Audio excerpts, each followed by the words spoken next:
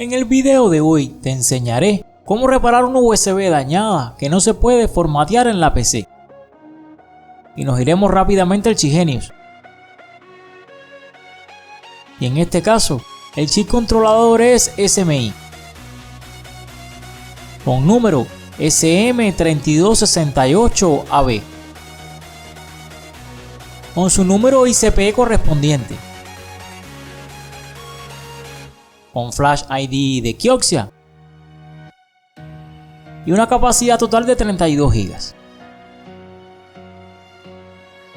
La herramienta que utilizaremos será una Transcend SM32X 1.2.47 y recuerda que todos los enlaces estarán en el primer comentario fijado.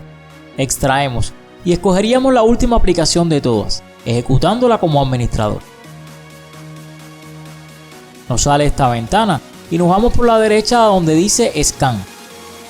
La USB será reconocida por la herramienta al instante y tan solo daremos en el botón que dice Start a la derecha y aceptamos el cartel que nos sale para que comience de esta forma el proceso de reparación. Si te gustan las reparaciones como esta, no olvides dejarme tu like y suscríbete al canal con campanita activada para que no te pierdas reparaciones que subimos todas las semanas.